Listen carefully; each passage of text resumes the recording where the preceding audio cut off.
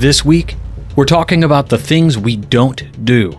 We're going to explore the 5 E's of a successful lodge with fellow Masonic education enthusiast, Illinois Freemason, and Education Committee member Jordan Kelly.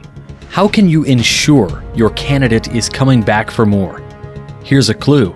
It's not by teaching them about how to do floor work or dubbing them with the title of Apprentice Pancake Flipper. Jordan brings his professional expertise to a much-needed conversation about the formula for a successful Masonic Lodge. In addition to all this, we also hear likely the most accurate, historically honest, and interesting history of Absinthe in an all-new Masonic Mythbusters with Patrick Day. Absinthe is often considered a mystical beverage consumed by vampires, occultists, and, well, just regular connoisseurs. All this and more, coming right up. Welcome back to Whence Came You, a Masonic podcast featuring research papers and discussions related to Freemasonry. Here's your host, Brother Robert Johnson. All right, everybody, welcome back to the show. This is episode number 532. Of course, as you heard in the opener of the show, we've got a great interview here with Brother Jordan Kelly coming up in just a few moments. Before we get started, I want to go ahead and thank all of the producers, fellows, and contributors, and of course, our legacy partners of the program. If you want to learn more about how you can assist bringing this podcast to over 2 million people across the globe who are in search of Masonic light, head on over to wcypodcast.com and click on Support the Show and see how you can assist. In addition, we've also got a shop where you can purchase any number of items that I produce myself just to help fund the show, which includes some of our published works. In the news, things are getting a little bit spicy with the Knights Templar situation with the call to conclave. If you have any interest in that, I invite you to check out call2conclave.com, and you can read all about the things that happened and what's going on right now, including the latest article from the California magazine for Knight Templars, which has a piece that is done by the Grand Master there from the Knight Templars of California about the situation and a warning to the brethren that perhaps all of the things that they are attempting to bring to the floor are trying to be thwarted. So beware. I would definitely give your attention to that because this is kind of a big deal for our Sir Knights out there. Also in the news, if you guys have been living under a rock for the last little bit, kind of crazy, those of you who enjoyed the Found Symbol, which was the companion podcast we did to go along with Dan Brown's Lost Symbol TV show, well, the Peacock Network did not see fit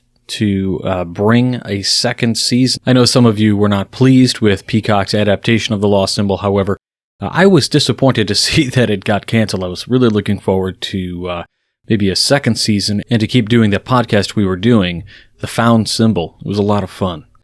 But such is life. Maybe we'll get to do something in the future. Seeing as it's now February, the days are getting longer. It's getting exciting that the sun is staying out a little bit longer every day, at least until the summer solstice. But I did want to let you guys know that in terms of presentations and things, the next presentation I have will be on February 19th. This is the rescheduled Illinois Lodge of Research talk that I was going to do, and I'll make sure that that's up on the website so you all can check it out at your leisure, assuming, of course, it doesn't get pushed out once more. After that, nothing until May. So a little bit of a break, but we'll be rocking and rolling right here on the podcast. I want to say thanks to those of you who have kind of dug in and found us on TikTok, doing some behind-the-scenes stuff there just for fun. So if you're interested in that, and it's not always about the podcast, it's usually about other little projects that we're doing here and there, and there's some podcast updates as well. For those of you who are interested in more of the tarot stuff, of course, we're bringing that back to the show just as soon as we get done with some of the interviews that we're going to be doing. There is some information if you're interested in any kind of like tarot readings, basic stuff that I can fit into my schedule, can be found at wcypodcast.com/tarot. And of course, we were inspired by Juan Sepulveda's awesome Secret Societies NFT project. And so you can check out some of the WCY NFTs, which is nothing like Juan's got. These are adaptations of artworks that we've created over the years for the show.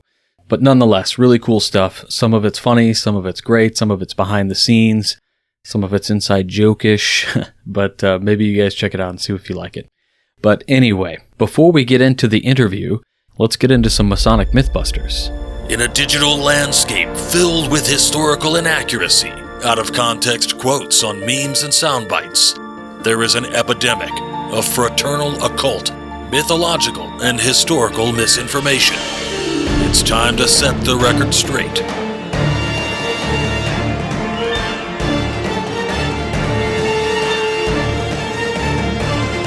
Masonic Mythbusters with Patrick Day. Absinthe makes you hallucinate. No, it does not. Source? Me. I'm the source. I love absinthe. I probably have a glass of it almost every night, and sometimes I have a second glass if I don't have to wake up early the next morning. I'll admit, it'll get you very drunk, very easily, and very quickly. But it will not make you hallucinate or go crazy. There are no ingredients or combination of ingredients in absinthe that can make you hallucinate. It is, however, anywhere from about 110 to 150 proof, and that ain't nothing. Truth be told, the most dangerous ingredient in absinthe is alcohol. So why are there all these rumors that it makes you hallucinate and go insane? Partly it's slander to get the beverage banned, but also partly because of bootleg, cheap knockoff absinthe that use compounds and chemicals to faux various aspects of absinthe, which turned out to be very dangerous. For instance, rather than doing a maceration of fresh herbs to give the beverage its distinctive green hue, cadmium and copper salt were used to faux the green coloring. Both of those are known to be incredibly toxic to humans. Such knockoff absinthes are part of what contributed it to being banned. A similar fate nearly befell gin. Yep, we don't usually look at gin with any suspicion when we're at the liquor store. But if we see absinthe, we always look at it with suspicion. In the 1700s in London, gin was immensely popular because, well, it's delicious.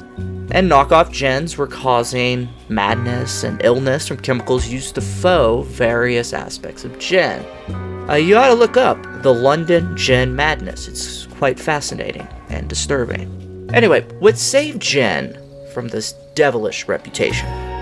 Taxation. Taxation is what saved gin. Yep. You see, in order to ban knockoff gin, you have to define what gin is, and then you put into place taxation system to monetarily enforce compliance with that definition, and then a system of monetary penalties for producing faux gin, in which it would be cheaper to make the real thing than to incur the fines from producing faux gin. Absinthe sadly did not get this luxury. What really damaged absinthe's reputation is a Swiss scientific experiment in which concentrated wormwood essential oils was tested on guinea pigs, which drove them mad and killed them. This concentrated oil had high levels of thujone in them, and yes, in high quantities thujone is very toxic. In low dosage, thujone can help digestion, liver and gallbladder functions, etc. As the great Paracelsus once stated, toxicity with the dose. Take for instance Datura. It is a common plant in the United States and is commonly used as ornamental plants that you'll hear called angel trumpet, or devil's horn, depending on who you ask. One compound in Datura is scopolamine. This compound, if ingested, will, in the right dosage, cause hallucinations. At higher dosages, it will take away personal agency. That is, it removes free will, and is how many people in South America will end up in a bathtub full of ice and a missing kidney. At higher doses, it'll kill you. But in low doses, it's good for nausea, and is frequently found in motion sickness medication. Seriously, check your motion sickness meds. One of the ingredients that is listed is scopolamine. So yes, toxicity always depends on the dosage. Now mind you, wormwood was not banned, nor other beverages that contained wormwood, just absinthe. Vermouth is a popular beverage that is pretty much fermented wine that has been spiced with a variety of herbs, in particular wormwood. This was not banned, just absinthe. Genepe is another popular liqueur that is pretty much wormwood liqueur. I'm actually having a glass of this right now. I love Genepe. It's a wonderful beverage. It was also not banned, just absinthe. If this feels like a double standard, hypocritical, that's because it was. Banning absinthe was purely politics. It had nothing to do with public health. Now, some people will say that modern absinthes don't have wormwood. This isn't true either. Wormwood is an essential ingredient in absinthe, and is in fact where the beverage gets its name, Artemisia absinthium, commonly called grand wormwood. Wormwood so happens to be one of 3 ingredients, plus alcohol, that are essential to defining the beverage as absinthe.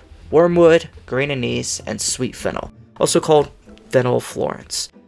These are known as the Holy Trinity, because there is no legal definition of what absinthe is. So in order to emphasize the importance of these ingredients, they are dubbed the Holy Trinity. Some people will say that modern absinthe doesn't have Thujaune in it. This also isn't true. But it is understandable where they get this impression. Thujaune is a compound in wormwood and is not easily removed like caffeine from coffee beans. Thujaune is what gives wormwood a slight menthol flavor. Absinthe was not necessarily banned in the United States, just Thujaune, at least according to the law, and even that had a degree of leniency. Just as the FDA permits, a certain amount of animal feces to be in food and still say it has no feces in it, so too does the FDA specify that wormwood products have to be Thujaune free. But that does not mean it actually is free of Thujaune.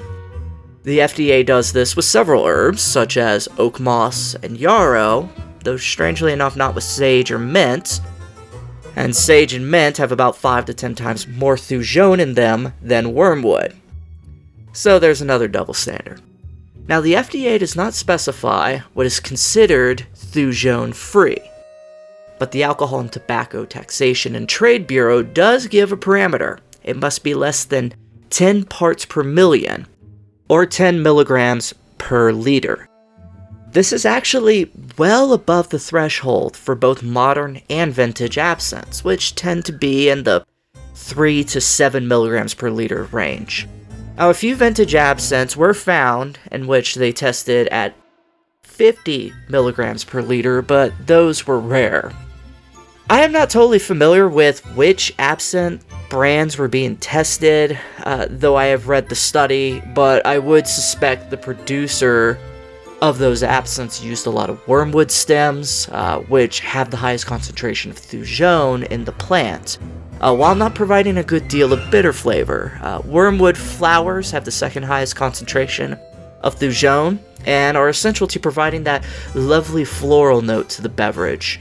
Wormwood leaves have the lowest concentration of Thujaune and provide the essential bitterness of the beverage. One will find old absinthe recipes with the phrase, quote, wormwood dried and stripped, end quote, indicating that the stems ought not to be used. I digress.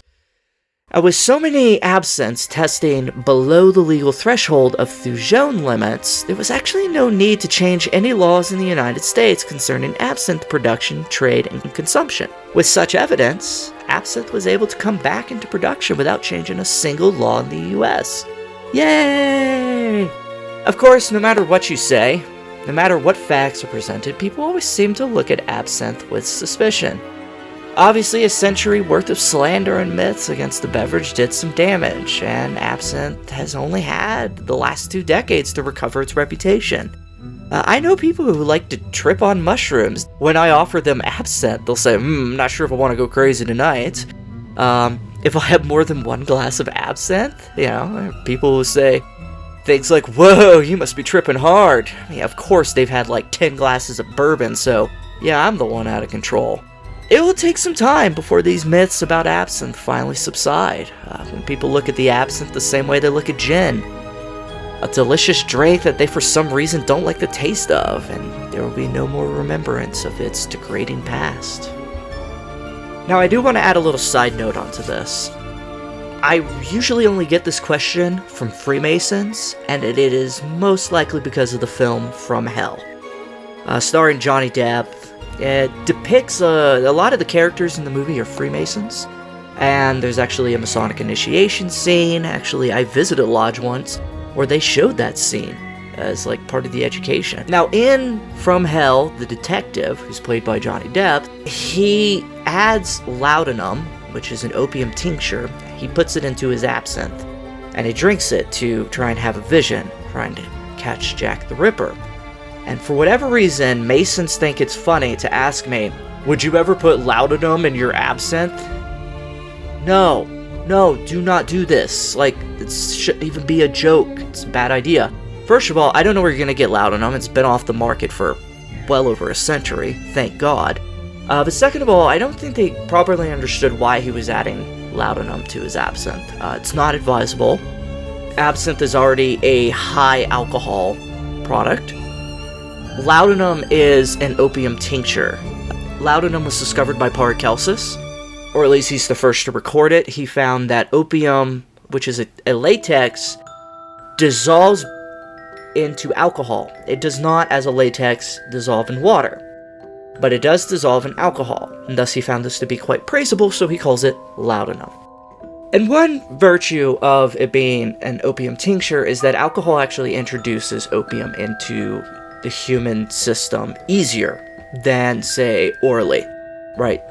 Laudanum is more effective and quicker than, say, a painkiller. And it's thanks to the alcohol. So if you mix that with a high proof alcohol, pretty much making it worse for yourself. And if you understand anything about an opium overdose is, usually it's going to be asphyxiation. Or nausea and causing vomiting, and then you choke on your own vomit. This is why your medications tell you don't mix alcohol with painkillers. It's because of this. So if you were to put laudanum into absinthe, you greatly risk overdosing. Not a good idea. And I think many times they're not understanding why the detective in From Hell is doing this. It's because, well, he's a junkie. He is an opium addict. First time we see him, he's passed out in an opium den. And early on in the movie, you see he's out of opium. He can't get any. And so he resorts to a cheap, over-the-counter opium he can get, laudanum. Opium latex already tastes terrible, and then as a tincture, it tastes even worse. It pretty much just tastes disgusting, from everything I understand. And so this is why he's adding it to the absinthe, right? Absinthe has anise and fennel and sugar. This helps the bitter medicine of the wormwood go down. Absinthe was originally presented as a medicine. Wormwood was frequently used as a medicine. So you mix it with sweet flavored herbs like anise, and it helps the medicine go down. So he's mixing the laudanum into the absinthe to make the laudanum more palatable for himself. That's why he's doing it. I do not recommend it. Don't even ask about it as a joke. And I'm targeting Freemasons by addressing this because they're the only ones who ever ask me this. Don't. All right, what an awesome segment by Brother Patrick Day in another amazing Masonic Mythbusters. What's so interesting about absinthe is I fell in love with the beverage myself several years ago. I don't know, I was probably 28 or 29 when I first started it. I'm 40 now, so I mean, maybe 11, 12 years of having this on occasion. It's always in my wet bar, and is something about it is just so awesome. The preparation is ritual for me, and I think it is for a lot of folks. I would bet that Brother Patrick Day also enjoys the absinthe ritual, as it were, the melting of the sugar for the luge and all of these things, but certainly relevant to the Masonic conversation because this drink is something that comes to us and people think about the Renaissance and Masonry and the occult, and and all of these things. And even if we're just looking at high class society and beverages and all of these things, it kind of ties together. And of course, what he addresses in the end of this is the link between the movie From Hell and Freemasonry and this ridiculous question that people ask about, adding laudanum to absinthe, which, as Patrick says, is just not a great idea at all. It's not even a good idea. It's a terrible idea. So with that, I hope you enjoyed. And next time you see Patrick, buy him a glass of absinthe. Let's get into the interview with Brother Jordan Kelly right now.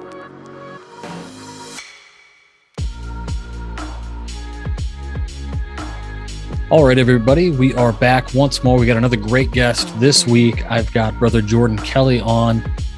Jordan Kelly is a member of St. Paul's Lodge number 500 here in my home jurisdiction of Illinois. He was the Lodge Education Officer in 2018, and he's the Area Education Officer as of October of 2020. And he has been sitting there for a couple of years now. I want to say thanks so much, Jordan, for coming on the program. Yeah, thanks for having me, RJ. Appreciate it.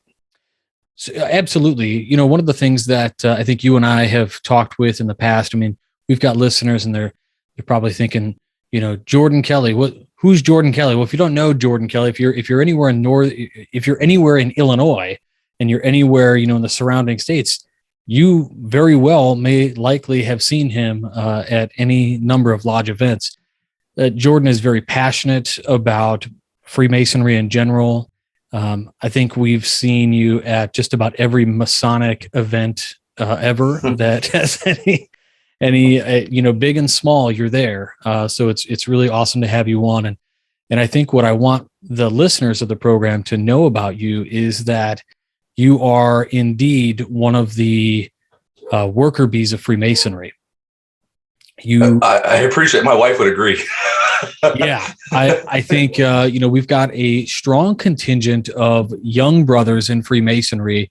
And usually when I say young brothers, I mean brothers who are new to Freemasonry, regardless of actual age. But you are both. You have been a member, not a bazillion years, and you're a younger gent who actually is a business professional as well. And I think it's really great to have somebody like yourself with the kind of, business, administrative, professionalism type take on some of what we do. But that doesn't stop you, right? Because you're also into a lot of the deeper aspects of Freemasonry itself. Absolutely. And I'm always talking about how I think the two are interconnected, or if they're not, they could be and or should be. They're not mutually exclusive. I've told us, or my own lodge and a number of other guys on numerous times, our ritual lays out a phenomenal way of how to run a lodge from a business perspective. If we studied it, if we knew what it was about, and we don't always, it's like you said, one way or the other. It's all membership, which is great, or it's all ritual, which is great. And it seems as if they're in silos, and we're really working on bringing those two together. And I know we've just talked about that just prior. I know you're similar in that regard. And I think that's hopefully the way of the future. I think that it's showing great success. I have to agree. I want to go through, for our listeners out there, Jordan put together a little kind of brief thing that we wanted to talk about, and it was just some general notes, and it was called The 5 E's of a Successful Lodge. And when I read it, I thought, this is really nice. It's really good. It's pretty solid, but we need to break it up a little bit. So if you don't mind, I'd like to read portions of it and then just kind of bounce some questions off of you about it and get your general opinions on things as a young Freemason, as a business professional, as somebody who does degree work, as somebody who studies the deeper aspects, as somebody who recognizes the need for the administrative side of the craft and the charitable side of the craft. Like, you're very well-rounded. So if that sounds okay, I'd like to do that. Absolutely. Yeah. So you started off by saying stated meetings must have the typical business conducted. However, to recruit and retain good active Masons, stated meetings should be focused on the first 2 E's, which you outline as education and engagement.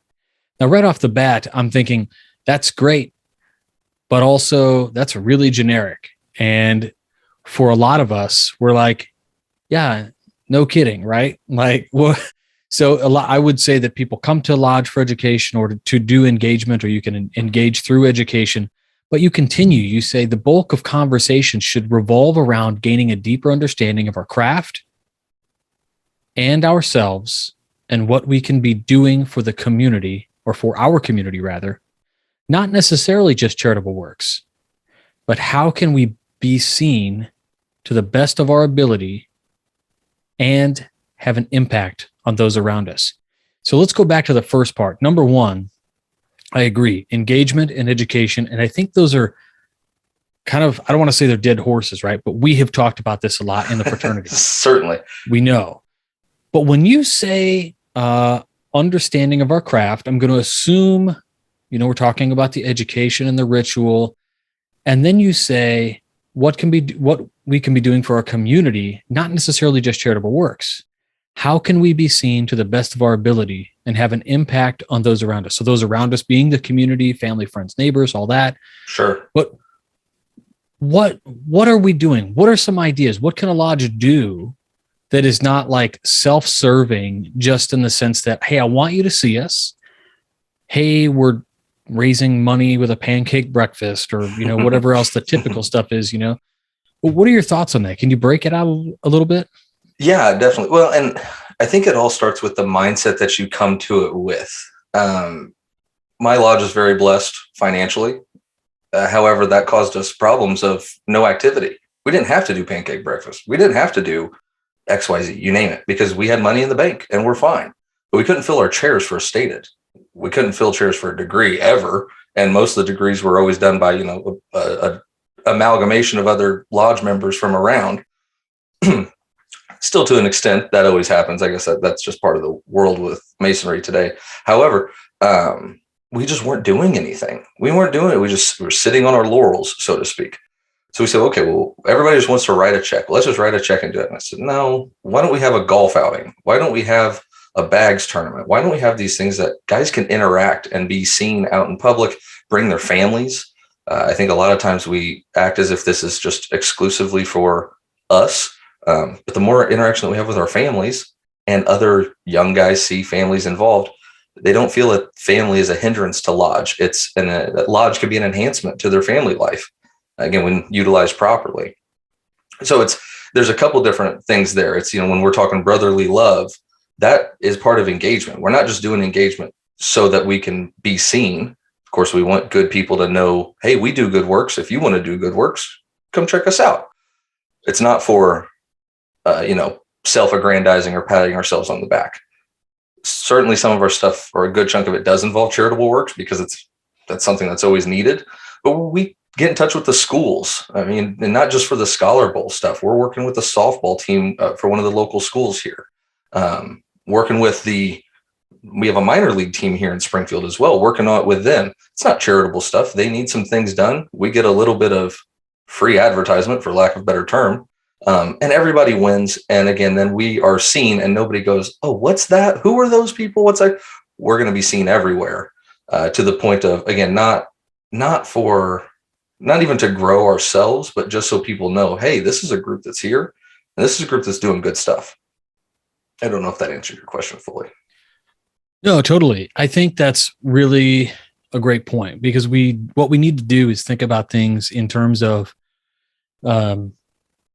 mutually beneficial things. It's okay to think about the lodge's, what the lodge has or stands to gain from doing something. Absolutely.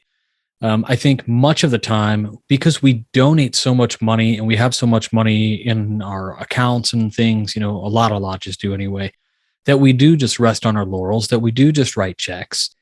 And we think, oh, that just makes it cool and all good. Well, the thing is that when it's hard to say this, but like, nobody's going to know if nobody talks about it.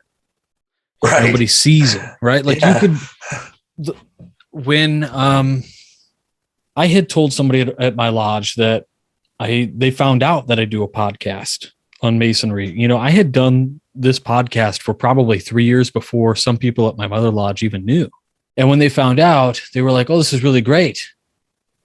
But we didn't know about it because you never told us about it. And it was like, oh, well, I just, I'm not about just pushing out and promoting myself everywhere. It feels cheap and weird. But to an extent, like a lodge in a community probably needs to have some amount of promotion, or at least to be seen, in order to, there's so many elements to it, but like number one, I'm thinking awesome people going, oh, wow, that's neat. I want to be a part of that.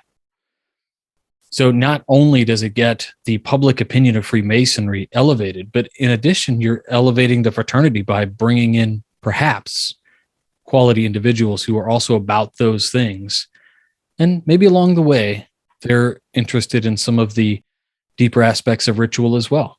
Yeah. Well, and I want to mention real quick, one of the other things that's a public deal that, or used to be a much more public deal, our mutual friend Alex Powers has talked about the Masonic Funeral, and, marching and parading essentially from the lodge to the funeral home or church or wherever it was, and things like those things were public. They were very well observed. And we've had guys join, individual friends of mine that said, oh, I didn't know you were a Mason. Hey, my grandpa had a Masonic funeral, and I thought that was the coolest thing. I want to know more, solely off of what they saw from the funeral, and they felt something special about it.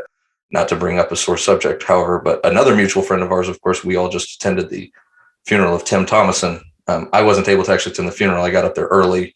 However, from my understanding, and I know you were there, it was one of the most impactful and well-attended Masonic events, let alone a funeral, but just events in general. And it shows the impact that guy has on someone and how much this thing means to these people. And I think those are other pieces. That's engagement, not necessarily for fun. Of course, nobody wants to go to a funeral, but these are things that when you get people involved and active, there starts to be that deeper sense of meaning. Even, we might go do a golf outing, but then when we go to a funeral, we're talking about some serious and heavy stuff. But that is engagement as well, I feel. Again, it's an unfortunate sense of engagement, but it's something that you can really grow way closer with your guys on, or through, I should say. Yeah, absolutely. That's a great point. In fact, in episode, I think it was our 100th episode of the program, we had Chris Hodap give a lecture that I actually recorded, and he had okayed it. And, he tells the story about, he had no idea about Freemasonry. He was just like a camera guy, writer, television guy, and he went to his father-in-law's funeral, and he was a Mason, and he was so enamored by the Masonic service, and he joined. And then he literally wrote the book on it. Yeah, literally. That's right. Yeah. And you bring up Tim Thomason, and so I was trying to write down some thoughts about Tim's funeral, actually. And at the time of recording this, I think the piece will come out on Friday. But some of the observations about the impact of these things, I put in there, and just, it was really wild to me to see, going back to engagement, that there were so many brothers there, like supremely engaged in this thing that we do. And I think also there's an engagement that is born from the services as it is. Like, people go to it and they remember Tim and all the stuff he did, and then somehow become reinvigorated by going and remembering what he did. And they're like, we kind of owe it. We owe it to Freemasonry to pick up the work and to do the thing. And I think that has that effect on current members. And of course it has some implication, or it has a effect on the profane as well. Without a doubt. And I don't want to talk about it too much because I'll actually get upset, but that's not the point. Tim was, if you didn't know, worked at a grocery store, and he was met with the same, if not maybe more, respect and excitement all around the state than the CEO or whatever of any business or corporation or anybody else. And again, nothing. That's what I love about this thing that we do, is that, I mean, when you talk about meeting on the level, if you put in the effort, I mean, it's just insane the amount of love that can be spread throughout this thing, and the respect that's given. Again, when respect is given, respect is received. And I think Tim's a prime example of that. And unfortunately, his passing showed it to the prime extent, or the greatest extent. But my goodness, yeah, it just shows the level of impact that these things can have on us. Absolutely agree with you. So one of the next things you talk about is experience. You said on the degree work and growing membership, our degree work has one sole focus. Now, I thought you were going to say this really goofy administrative answer, right? Like, I've heard Grand Masters say the purpose of Freemasonry is to make Masons. And I won't argue with them, I suppose, but yeah, it's like, yeah, but like, what are you doing? You're not just making Masons, right? Like, you are making Masons if you're actually making Masons, but if you're just throwing guys through an obligation, that's different. So then I was like, what are you going to say? You said maximizing candidate experience. We contend on who can best, or you say, we contend on who can best work and best agree, not out of pride or arrogance, but out of a desire to give the absolute best experience to the candidate. So you really emphasize experience for the candidate. So here's my question on this. How can we reconcile this with just getting it done and then the back patting that goes along with this after a particularly maybe a degree that was not well attended? We're always like, oh, he got a great experience. Yeah, it was good. It was good enough. That's maybe a side question, but that's what I'm always thinking about. Like, we're always so quick to go, yeah, it's all about the candidate. Of course it is. In the same token, same breath, or whatever you want to say, like, usually when we take an objective look at what was done, there were like 6 guys, 3 of them had to do 2 parts each. Like, how do we reconcile like maximizing candidate experience if we can't get the guys there to perform the degree work? Well, it's certainly not easy, I would say. I'm not going to sit here and be like, oh yeah, you can just have a great degree. It takes work. What we found, and we might end up getting into some of this in the next one, but what we found, when you give guys these great experiences, and I can go more into detail about some of the specific things that we do that perhaps some other lodges might not do. But one of the things that we do when we're what we found is these guys then come in and they're engaged. You know, it goes back to that previous one. So they want to learn the degree work. So now we've got a slate where we have no repeats. Very rarely do we have one guy giving all the lectures. It happens very rarely though. Never will they give all the lectures and the charge. And almost never will the person giving the lectures be on the slate for in the actual degree work itself. Again, that's different. And that took work. That wasn't something that just happened overnight. But when we took ourselves, when we said, okay, this is about them. This is not, I say this after I read the slate for every degree. So this is not the time to practice. This isn't the time to correct. If someone does something wrong, we don't want to hear it. This is not the time for that. And I get a little stern with them. I elect a prompter. I select a prompter. It's usually our secretary. I say he's going to be our prompter. If anybody needs help, he's going to be the one to give it to them. And whether this is your 100th degree or your 10th or 1st or whatever, this is his first introduction into this thing, whatever it is, 1st degree, 2nd degree, 3rd. This is his first introduction into that. And we need to remember that. I find often, even when we say things, even like that, we still might find guys joking in the corner. But when we've set that expectation beforehand of like, hey, this is what it is, and our sole focus is going to be this guy, just saying it out loud just sets the tone. It sets the tone, and I feel like that helps it. So again, it's one of these stacking things of you start giving a good experience, well, then you get enough guys to continue that and fill out a slate and make it fuller. When people see, oh, this lodge is doing something special, they want to come attend your degree. So we've got guys traveling from all over, not the state, but all over central Illinois to come visit our lodge just to watch our degree work or even help with our degree work. Now, of course, like you said, how do we really know? How do we measure that? We ask, and of course, hey, what did you think? How'd you feel about that? Of course, the candidate's not going to know one way or the other.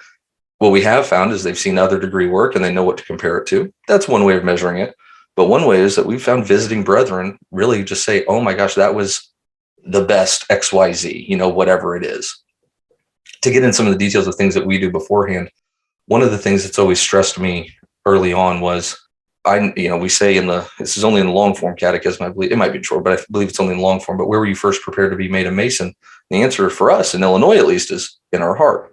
And I don't find that that's always necessarily true. We don't come in prepared. We might have a meal, shake some hands, and we get thrown in a room and say, okay, change your clothes real quick. We'll be back in here. And that's the preparation. They're just straight into the room adjacent to the lodge. There's none of that preparation in your heart.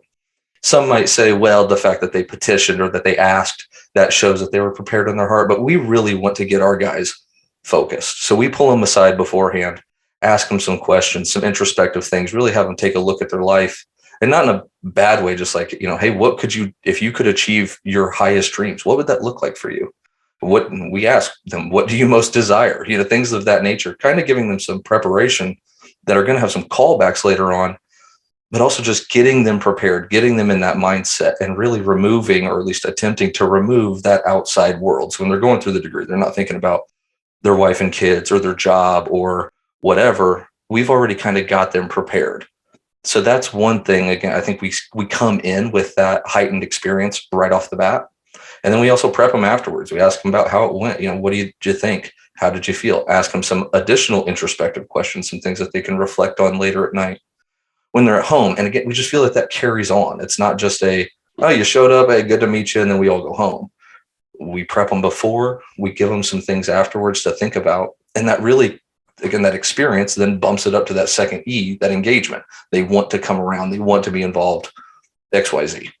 So I might have rambled a little bit or got off topic, but I think that's all really important stuff. I think when you're prefacing the experience and we say that the experience is for the candidate, yet part of creating an experience for the candidate is setting a tone with those who are going to be there as well. And I think you touched on that wonderfully. I wanted to ask again, so your fourth E that you talk about, so you've talked about education, engagement, and experience. This fourth one you called, the general encouragement. Now, when I thought about encouragement, I'm thinking, oh, great. For me, encouragement usually comes in the form of, in a room full of grown men, encouragement sounds more to me like I have to babysit. I feel like I have to beg somebody or like butter them up to do something that they should already know to do. However, this is not exactly where you went with this at all. You say our candidates couldn't get away from us if they wanted to. Steadfast intenders, constant invitations to lodge functions, degree work, and practice. We encourage our candidates to do long-form catechisms. So when I'm thinking about this, number one is you say our candidates couldn't get away from us if they wanted to. Why not?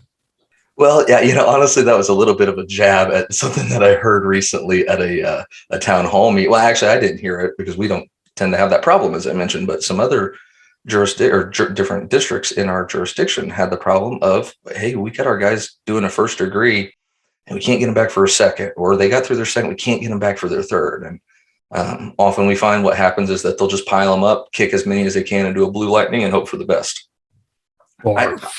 Don't get me started on that one. We could have a whole other, I'll just keep quiet there before. Anyway, and that's what we find happens. So anyway, but when I say our candidates couldn't get away from us if they wanted to, our intenders are, some of our most active guys. I've thankfully been able to pass that torch on to some really top-notch dudes that are just phenomenal and young, both Masonically young and young in age, which is great. And when I say they couldn't get away from us, like I said, if we do your first degree, we've got your practice for your catechism scheduled because your intender is going to be there. And we're going to say, hey, all right, I'm going to come over on Tuesday. Sound good? Yeah, sounds good.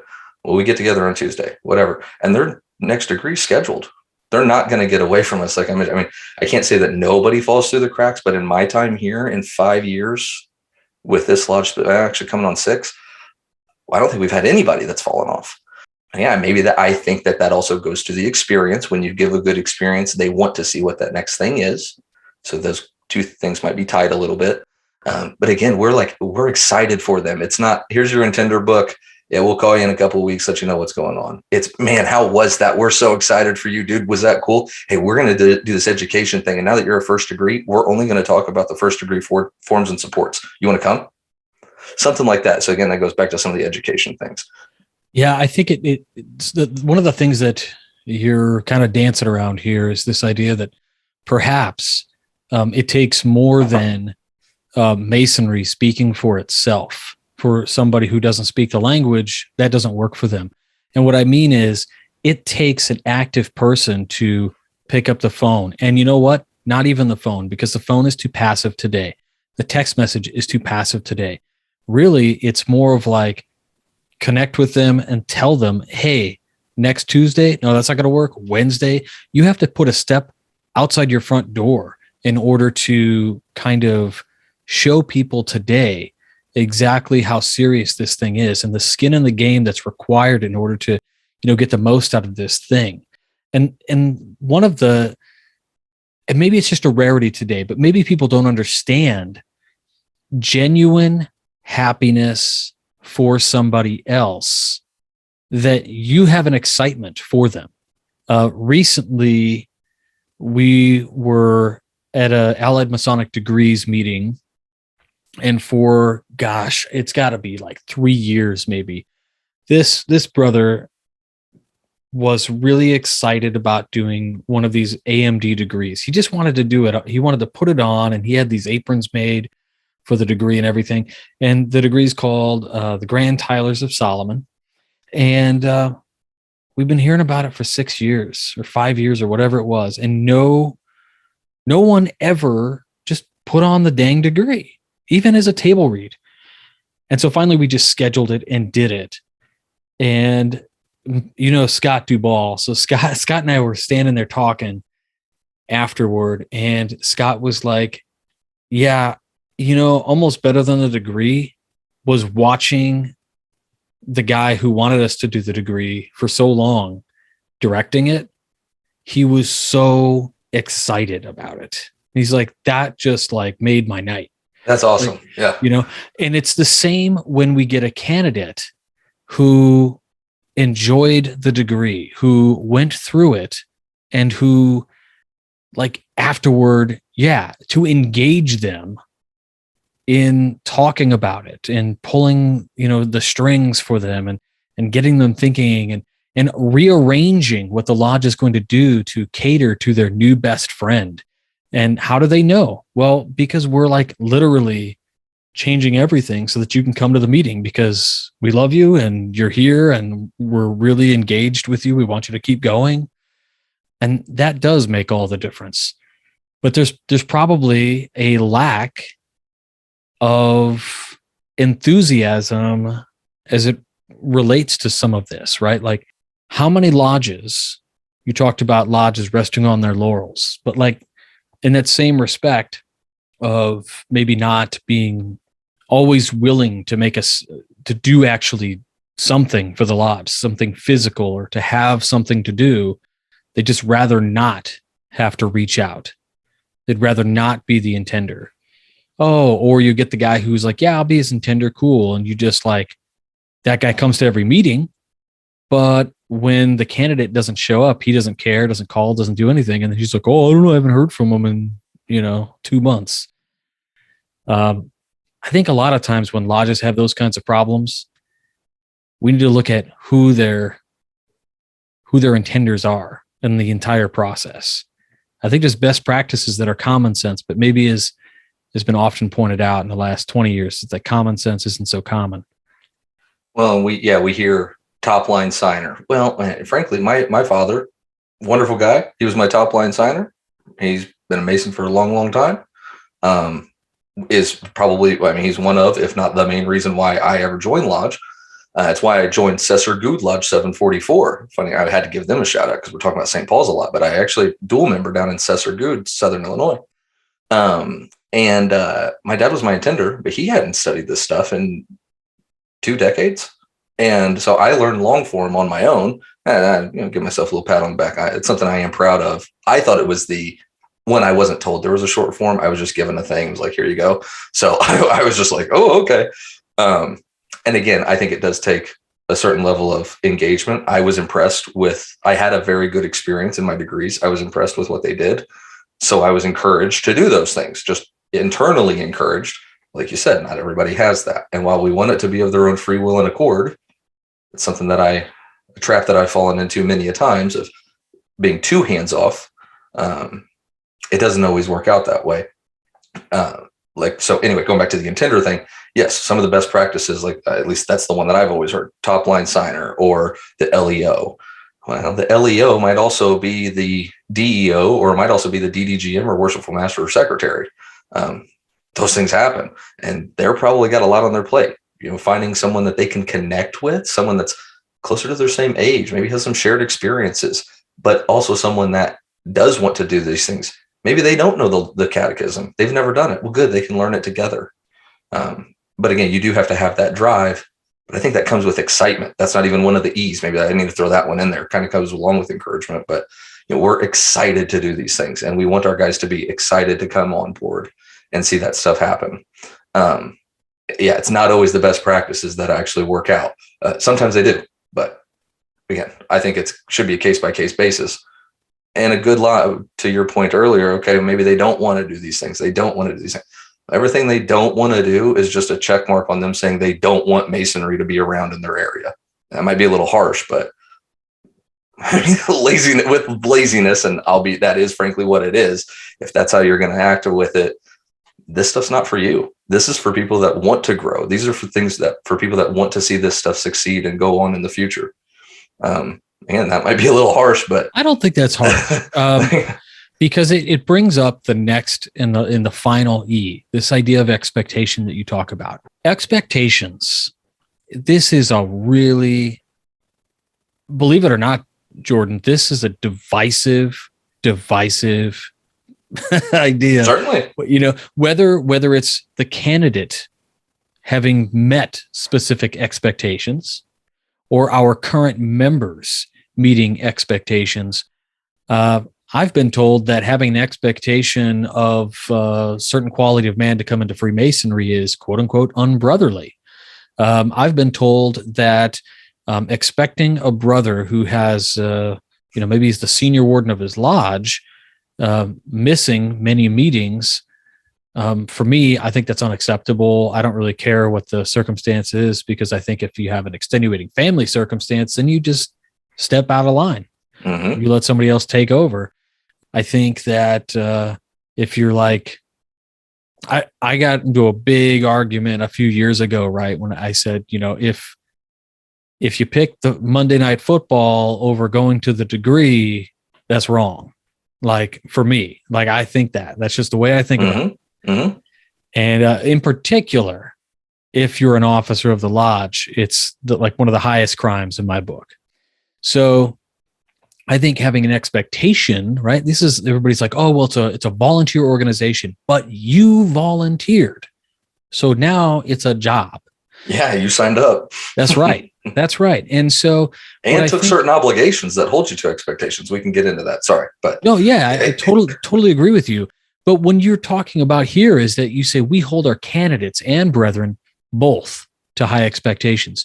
We expect that a prospective candidate will visit multiple times and have an extensive background check and investigation. We expect our candidates to visit degrees they are able to see. We expect our candidates to do long-form catechism as well as complete every question in that intender book before moving on. We expect all of our floor work and ritual to be as near perfection as we can achieve. I like the way you put that, as we can achieve, because that allows for somebody to say, well, I can't do that one thing, right? Like you're being understanding in that statement. Frankly, RJ, I don't want any of our ritual to ever be perfect, because I've never seen an absolutely perfect anything in ritual. And I'm afraid if it did, it might open some portal or something. So if we can keep that bad boy closed, I'm good. That's all.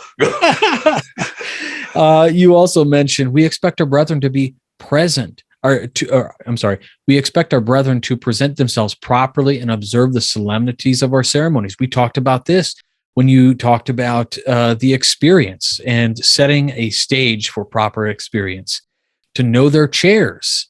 This is crucial too. We see a lot of guys who never really learn it, and they just never do anything in between meetings, and they exist solely in the chair, so that because somebody else is, feeding them the lines every meeting. If there's a higher standard available, given multiple options, our lodge will choose the more difficult if we believe it is the correct thing to do, like long apron lectures, etc. Totally agree with you. Take the high road when you can. And let's be honest, the fact that it exists means it's possible. So why not try it?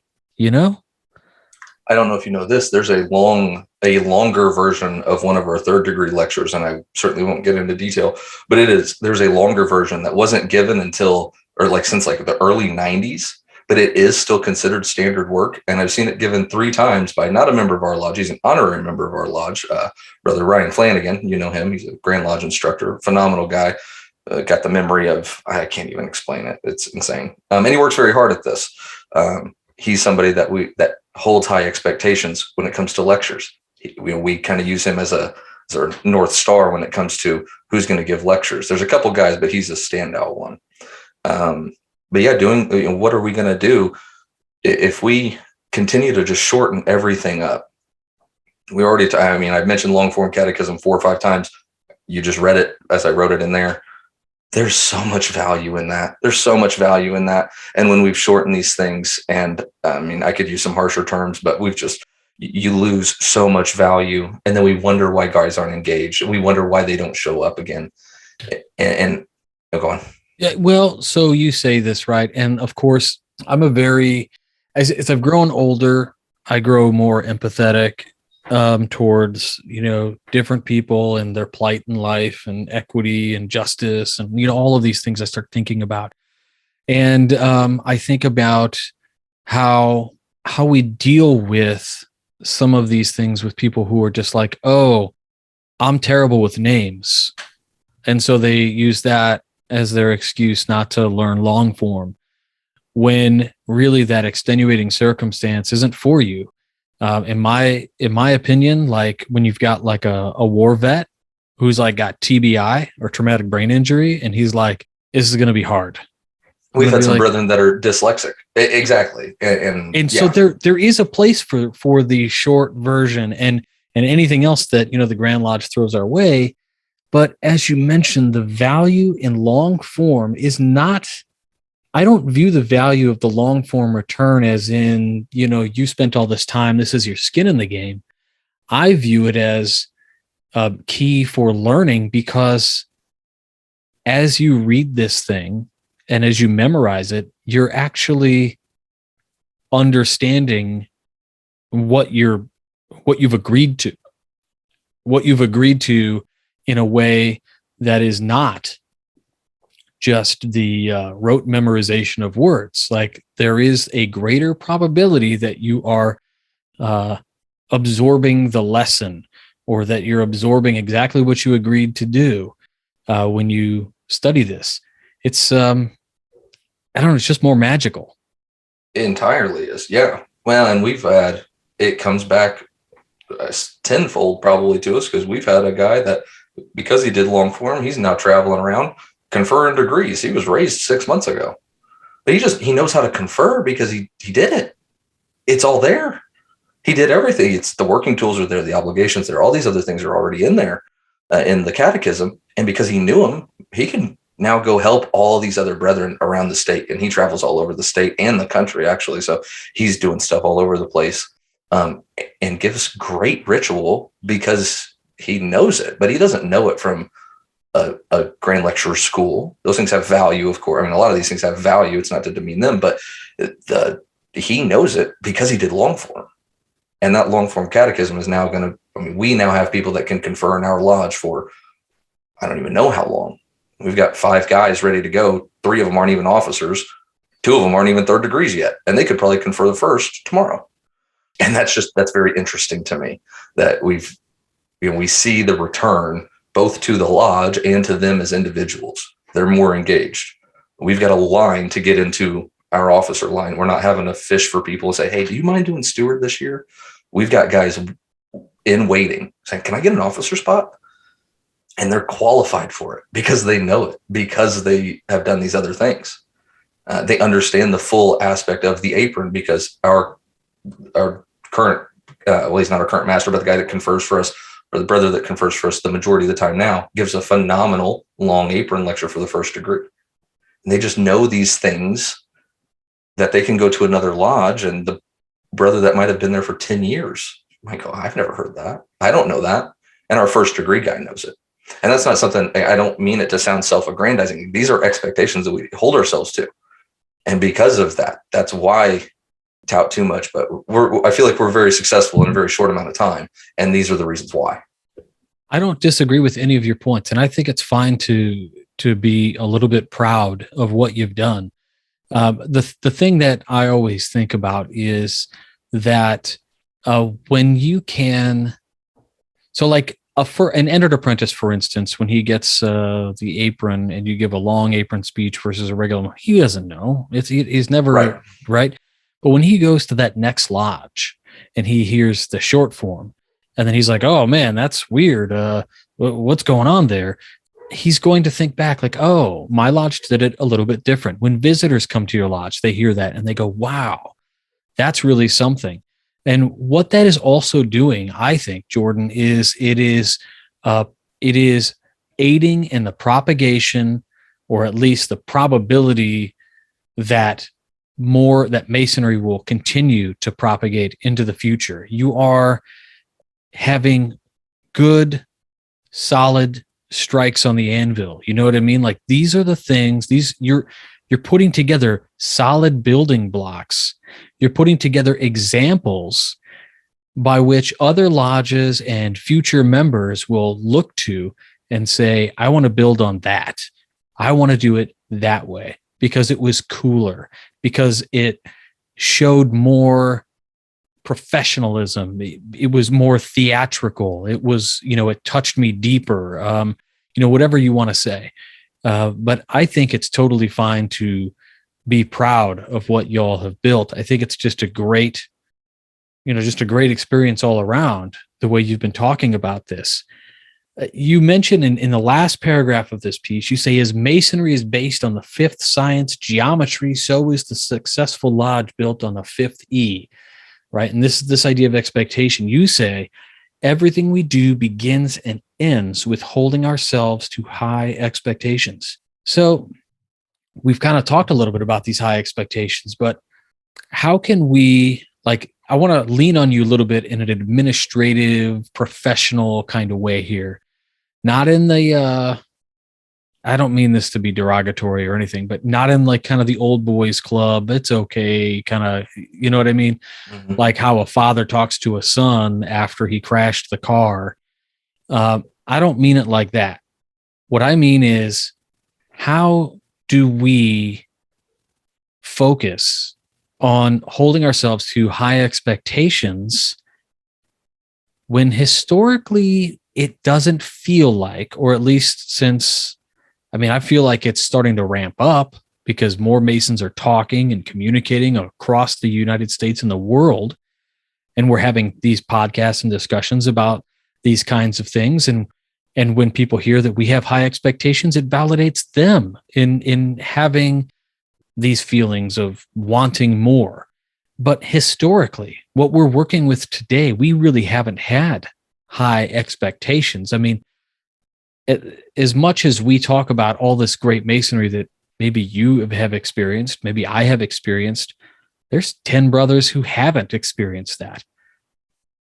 Outside of thinking about, let's say, candidates, high expectations of a candidate, outside of having him just fit in, he's a good guy and people like him, how do we measure a high expectation? Let's start with a candidate. How do you measure a candidate with a high expectation? What are we looking for? Yeah, well, one of the things, as I mentioned, we expect them to visit a couple of times. I know unfortunately, there are lodges that recruit. We would like to act as if that doesn't exist or that doesn't happen. But I think we'd be silly if we acted like some don't. They do.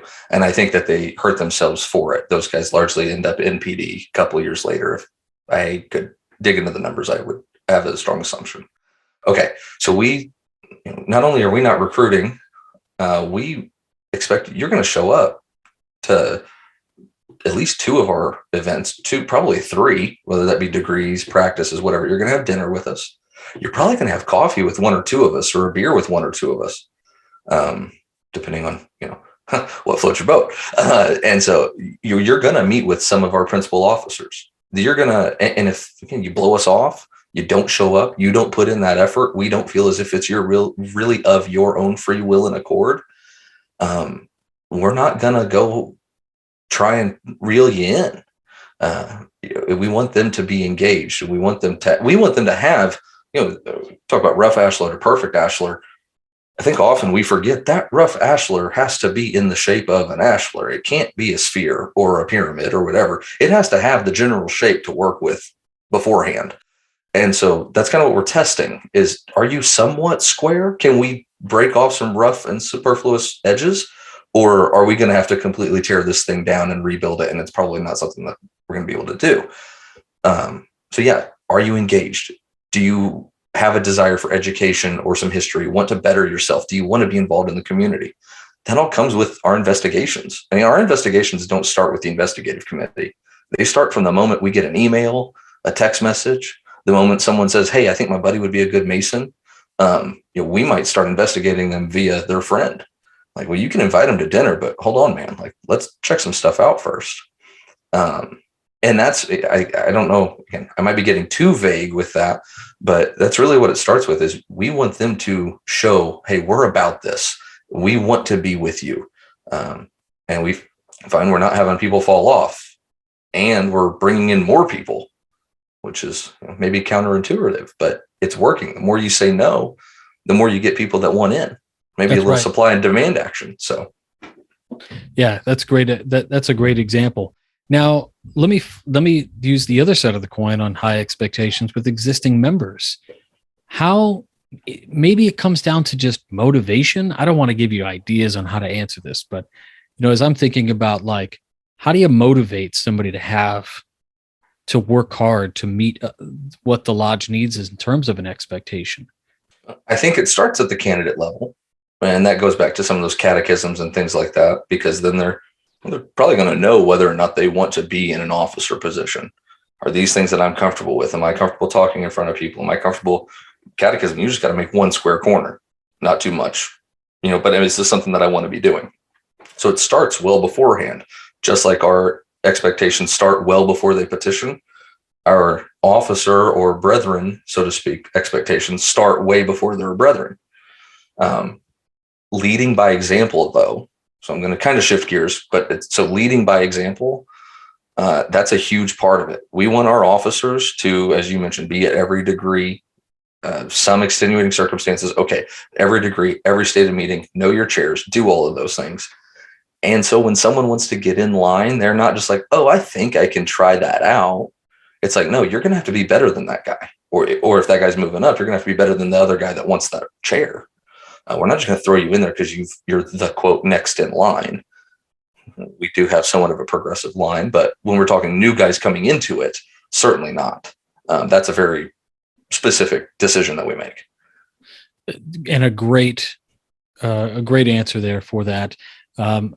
Taking it back to candidate level, taking it back to, in particular, in this little piece that you wrote, it says this process of setting expectations and our ritual. This is the process of setting expectations, and our ritual gives us phenomenal guidelines on how to achieve this. And this is where you're essentially saying that studying the ritual gives us the key to setting some of these expectations on it sounds funny, Yeah. setting the expectations and what to expect, but it's true. And then your last line, right, takes us all the way back to the beginning. If only we studied it with a bit more detail. Yeah. It begins and ends with this, with expectations, but these things are all encompassing, because expectations, well, where do we find our expectations? We find our expectations, one, in every, it's hilarious that you say, oh, we shouldn't have it. Not that you said that, but that you've heard, oh, we shouldn't have expectations for X, Y, and Z. Our charges are nothing but expectations. They are nothing but that.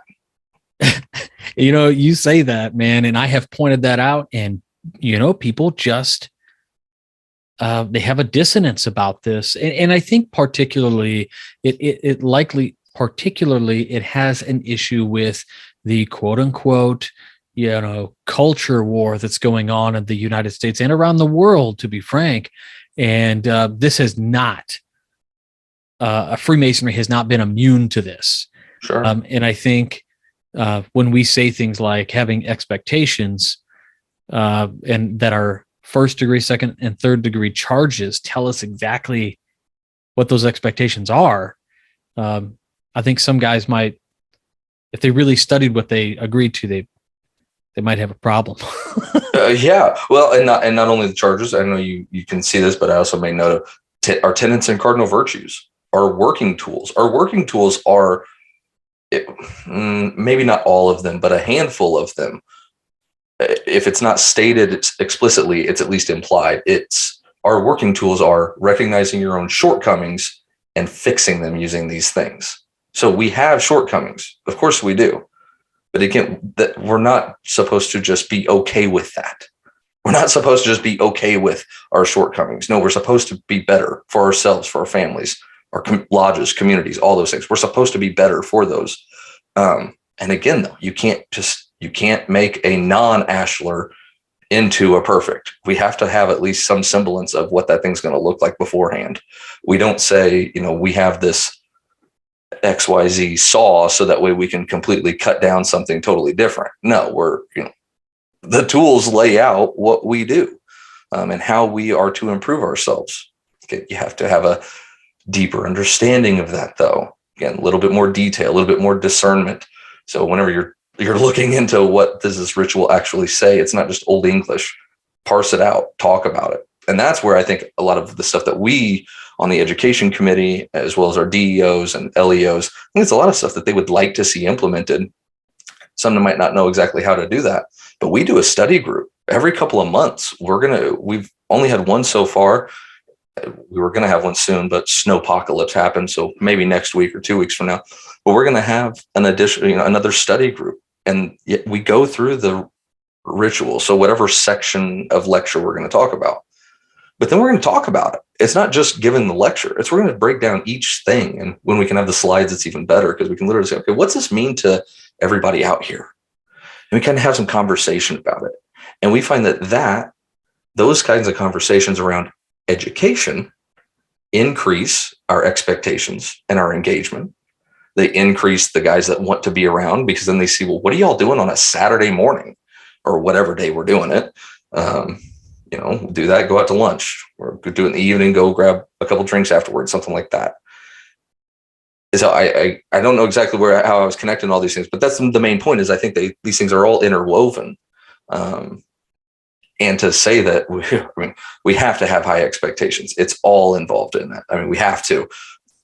And I think I would argue, probably wrongly, but I would argue that I think every step that we've taken to reduce our expectations and reduce our standards has been, one, a step in the wrong direction, and two, probably a direct, our current situation is a direct result from a lot of those decisions in the past.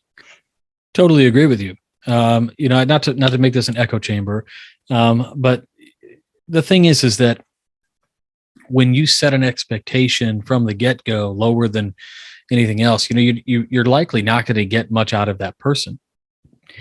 Case in point is something that I think a good friend and brother, Spencer Hammond, he had pointed out. He's a DEO up here in the First Northeast, and he talked about this idea of basically undercutting yourself. hey, brother Jordan, can you listen? We're going to be a little bit short on officers this year. Do you think you could pick up the junior deacon chair or the junior steward chair? And then as you think about it, immediately like the panic sets in over me, and I go, well, Jordan, listen, you don't have to come to every meeting. In fact, like if you never come, it's fine. I just need somebody to be on the rolls. Like, which is funny because that's my exact situation in York, right? Or I told them, I said, I'll take the spot, but I'm not showing up because I have a million other things going on. And I said, I don't want to because I know somebody else can do it. And they said, actually, no, it's unfortunate. Yeah. It's unfortunate. But I was like, okay, whatever. I've done it too with my own York Rite. I've been installed, they were like, oh, can we just make you a Valesman? I'm like, okay, sure. Yeah.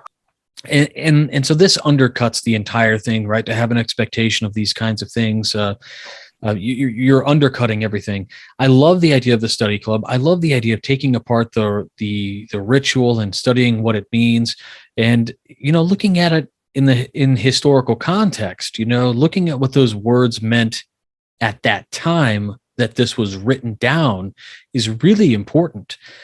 It's just one of those things where we all of a sudden discover that the story we've been reading is not necessarily the way it really happened, right? Because the historical context changes the meaning of the word from what we think it is today. Oh, certainly. So there's just all these little nuances, and by extrapolating this stuff, we really set everybody up for success. And then, as you pointed out, we've got almost an Ouroboros here of these 5 E's. It's pretty interesting. Love the reference. Love it. I wanted to get a tattoo of a snake eating itself around my thigh, and my wife said absolutely not. So that didn't happen, and it's apparently not going to happen. But I thought it would be sweet. She said it would be sweet. Yeah, I'll have to talk to my wife. Maybe I can get it. Well, Jordan, I want to say thanks so much for coming on the show to talk a little bit about this particular piece. I also want to let everybody out there know that the Lyceum is not just a magazine for the Illinois Lodge of Research, is not just a magazine for the Grand Lodge of Illinois. It's enjoyed by brothers all over the world. We get notices from Texas and things all the time from somebody out there who picked it up off the website, because it's just a free magazine that we put together as the Education Committee. Jordan has written a few articles from time to time, and you can find some of his work there also. And I would love to put this 5 E's, maybe in the February issue, if you'll be so kind as to allow me to do that. I'm sure I'll also get a call from my cohort in the East, Brother Lanners, who's going to want to post it with Midnight Freemasons. And I swear he wants me. Yeah, that's okay though. Yes, of course, that'd be wonderful. Y'all are the pillars of Hercules. You've got the East and the West, Jordan and Darren. Yeah, you guys are amazing. But Jordan, again, thank you for taking some time. I know that we had a capital area Freemasons call that was probably going to happen tonight, and you missed it to do this. So I want to say thanks. And I told them well beforehand. I said, hey, look, y'all can get together, but I got to meet with RJ. I got to do this. This is too good to not be sharing with people. And I'm sure they're still going. So I'm probably actually going to just roll right into it. See, now you got me hot. I'm excited. I'm going to go in there and start holding court. And I'm sure they'll all hop off as soon as I do that. So anyway. Amazing. Well, thanks so much, brother. Thanks, man. Appreciate it. What a great interview with Brother Jordan Kelly. Again, huge thanks goes out to him for all of his expertise that he brought to us. He skipped out on doing a Zoom webinar with his brothers in the capital area, Springfield, to come on the show with us and talk about it. So it's just a great honor to have him on. Once more, I want to thank our producers, fellows, contributors, and legacy partners. If you want to know more about how to bring Masonic education to 2 million people, maybe more, all over the globe, visit wcypodcast.com, click on support the show, and see how you can help. Feel free to explore our website and check out all of the crazy cool things we've got there for you. Little projects that we have finished or remastered audio programs like Manly P. Hall. All of these things we've done with the funds that you have given us over the years, just to add to the incredible base of Masonic education resources that we've been able to bring you. So again, thanks to everybody out there who supports the show. And I want to thank all the people also who are sharing these episodes with their brothers and with their lodges. Just an incredible gesture. And it costs nothing besides sharing. And so I just want to say thank you guys so much for helping spread this show and bringing legitimate Masonic education to the forefront. That's it. We'll talk to you all next week. Until then, stay on the level. For Whence Came You, I'm Robert Johnson. Take care. You've been listening to Whence Came You, a Masonic podcast featuring research papers and discussions related to Freemasonry with your host, Brother Robert Johnson. Be sure to join us for our next edition.